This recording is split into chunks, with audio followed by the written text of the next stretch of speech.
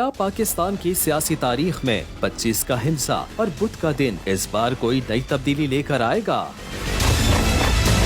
पाकिस्तान में होने वाले आम इंतखाबात में 25 तारीख और बुध के दिन को खास अहमियत हासिल है। 16 नवंबर 1988 के आम इंतखाबात बुध ही के रोज हुए थे, जिसमें पीपल्स पार्टी की हुकूमत बनी और मोहतरमा बेनजीर भुट्टो इस्लामी मुमलिकत की पहली खातून वजीर आजम मुंतखब हुई।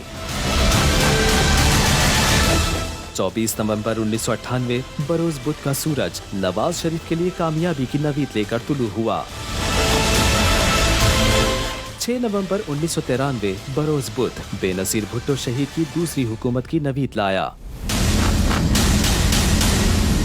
बात करें कप्तान की तो 25 का हिंसा उनके लिए भी नेक शगुन की अलामत रहा है। 25 मार्च 1992 में पाकिस्तान इमरान खान की कप्तानी में पहली बार क्रिकेट का आलमी चैंपियन बना और ये भी बुध ही का दिन था। इमरान खान ने 25 अप्रैल 1996 को ही पाकिस्तान तहरीक इंसाफ की बुनियाद रखी।